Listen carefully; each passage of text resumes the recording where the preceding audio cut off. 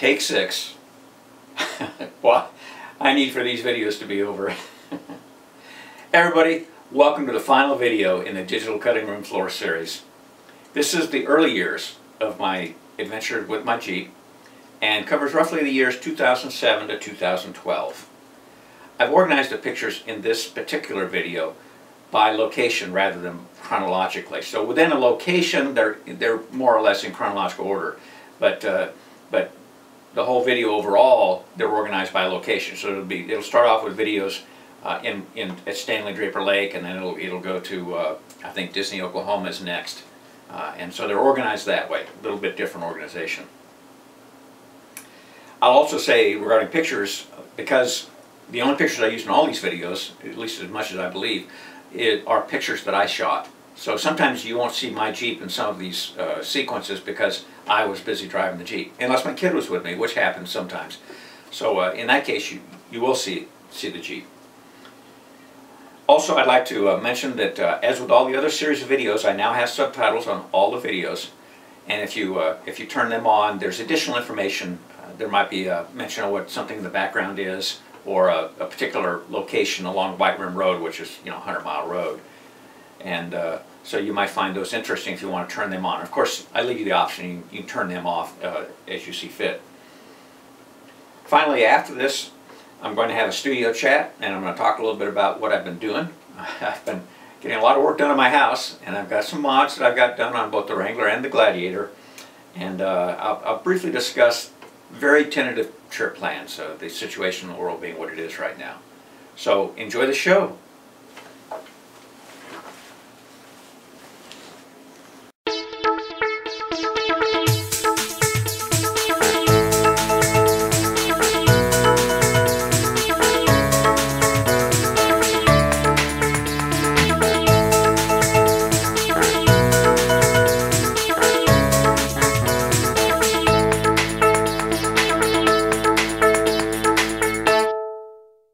Stanley Draper Lake is a popular rural lake on the edge of the Oklahoma City metro. Located only a few miles from my home, it is an easy spot for me to go when I want to shoot photos of my Jeep with a more natural background. At one time, the dirt roads that surround the lake were open to travel to various picnicking and fishing spots. But these days, most of those roads have been closed off, and many of what remain have been improved with pavement. Note that I use improved in quotes here.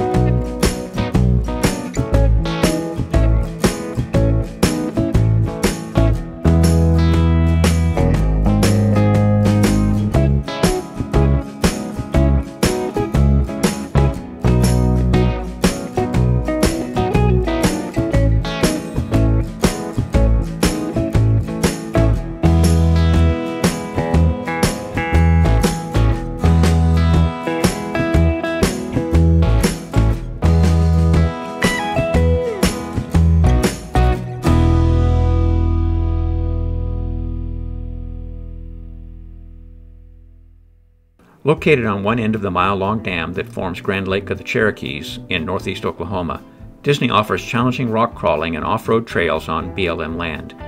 There is also plenty of camping and a state park in the immediate area.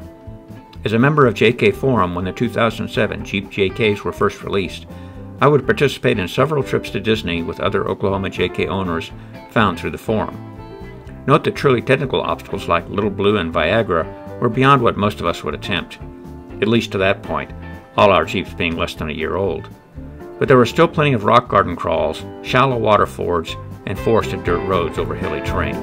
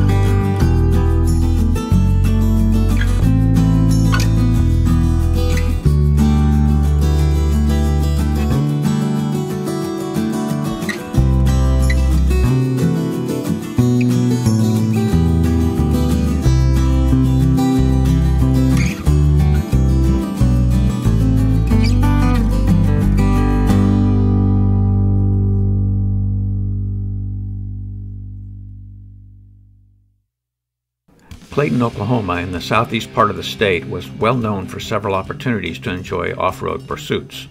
One of these was Freelings, located on private land. Basically, when you arrived, there was an abandoned refrigerator marking the entrance. Grab a release form, sign it, and leave it with $10, and enter and have a good day. I would enjoy this area one time. It was shortly after some heavy rains, which made for slippery conditions on some of the steep climbs.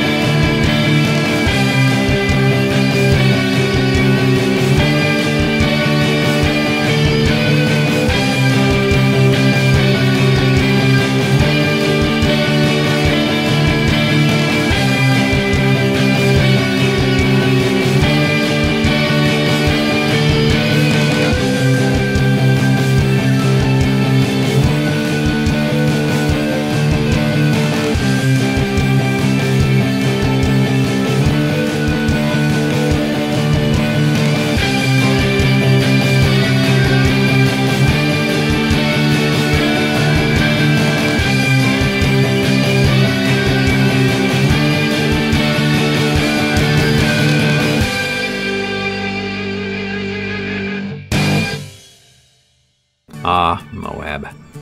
Off-road heaven. Actually, much more than that. I had been several times before I had my Jeep, but to experience Arches National Park, not to drive off-highway. My first off-road experience was with a friend, Jeff, also from Oklahoma. While there, we would meet John and Sandy from Indiana. This was during Easter Jeep Safari and included a get-together organized by the owners of JK Forum. There would be other trips too. One a few months after EJS was with my kid during our annual vacation.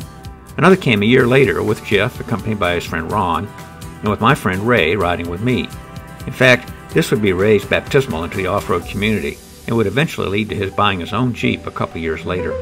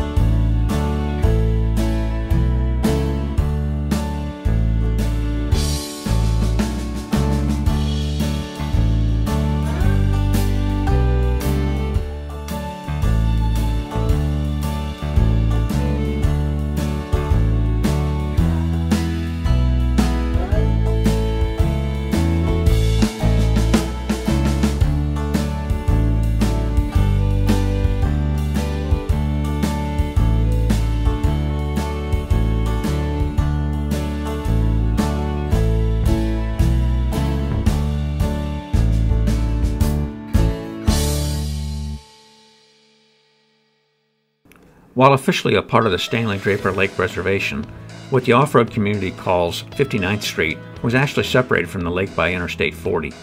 It was a great area less than 10 minutes from my house for checking out gear on small obstacles, and was a popular meetup place for larger groups wishing to spend the day together without traveling too far out of town. Sometimes, because I lived so close by, I'd get a phone call to go out and rescue someone who had become stuck. Unfortunately, the area is now fenced off and no longer publicly accessible, but it was fun and convenient while it lasted.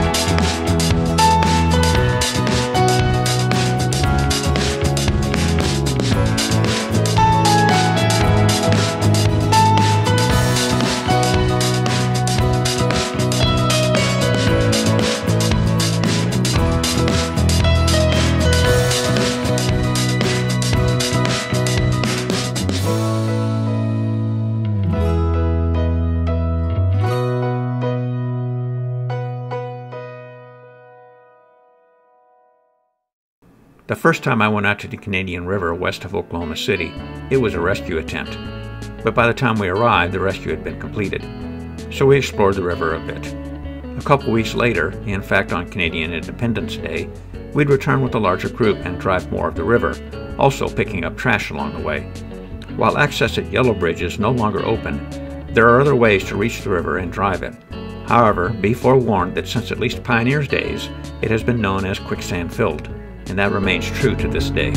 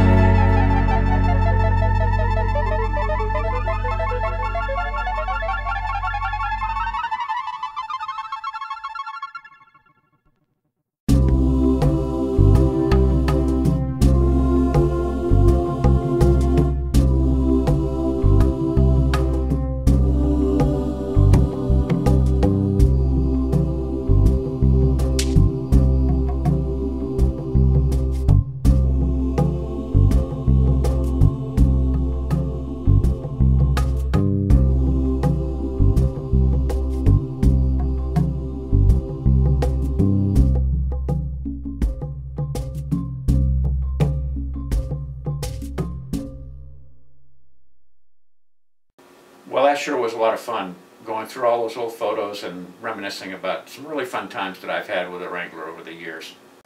So I promised you I would catch you up on the mods I've done to the Gladiator, and I've also had one that I wanted to do to the Wrangler as a result of what I learned with the Gladiator in the trip to Big Bend, and we'll get to that in a couple of minutes. But right now, let's look at the Gladiator. In May, I removed the OEM Jeep battery along with the motorcycle engine stop-start battery that's actually mounted below it, and replaced that with a dual battery kit and 2 Odyssey batteries. My next mod was driving lights for the bumper, and I considered 2 different lights for this. One was the LED slim lights from KC, and the other also from KC were their LCR lights.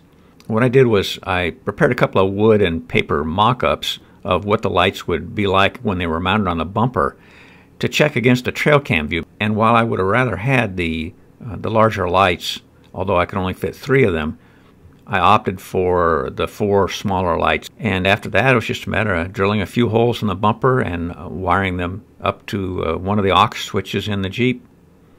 And they work great.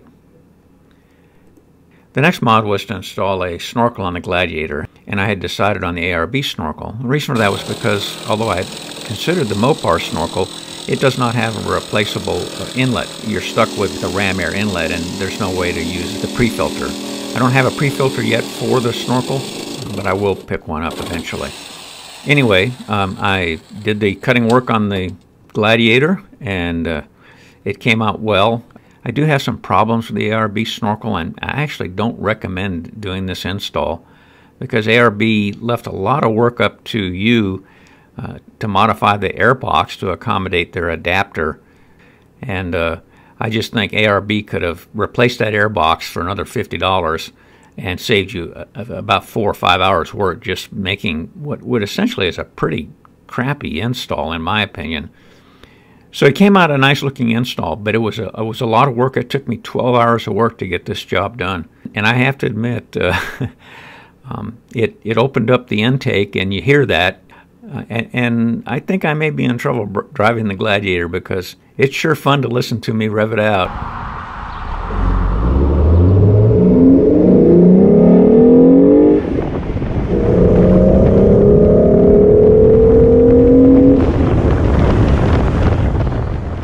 The final mod I did in the Gladiator was to move the Nexus 7 tablet that I use for topographic mapping and maybe some other small things down to a better location. You may recall that originally I had this installed with a suction cup windshield mount. Someone pointed out to me that Carolina Metal Masters makes a nice ball that replaces one of the screws in the passenger side grab bar handle. And then moving over to the Wrangler, I wanted to install a GemRes radio after the great experience we had with them during the Big Bend run. So I went ahead and picked up a Midland unit that, like the CB radio I have in both vehicles, it has all of the controls through the handset.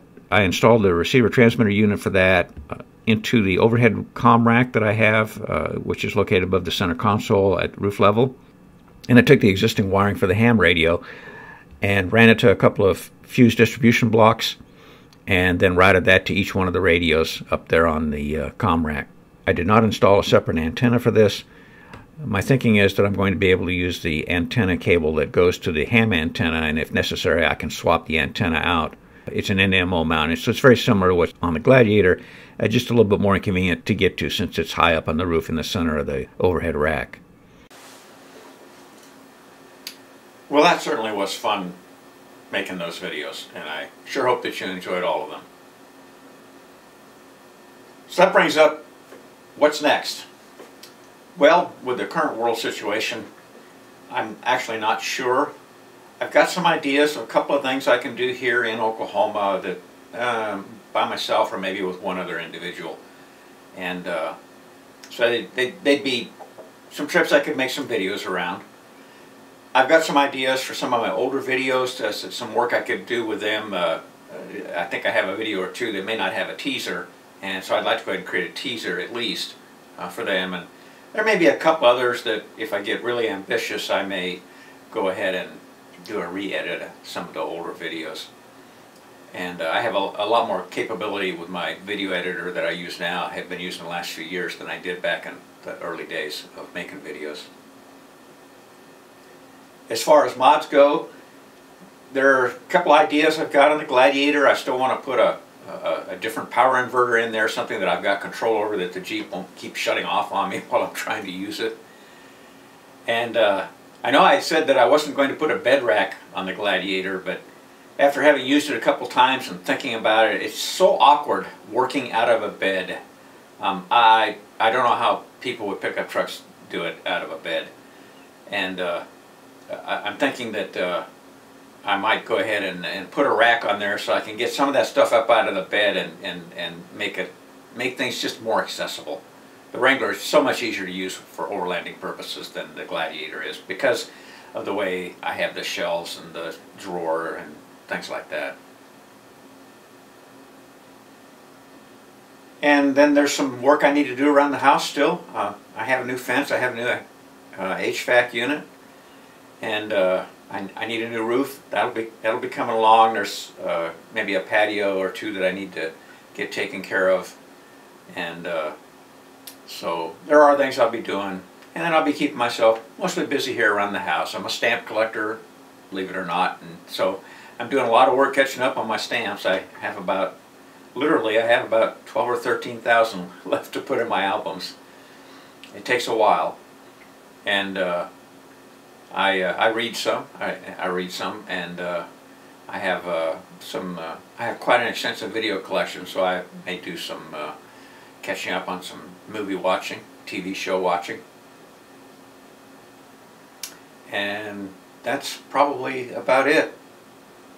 So, until next time, be safe out there. Explore your world. And that's just about it. There are a few other...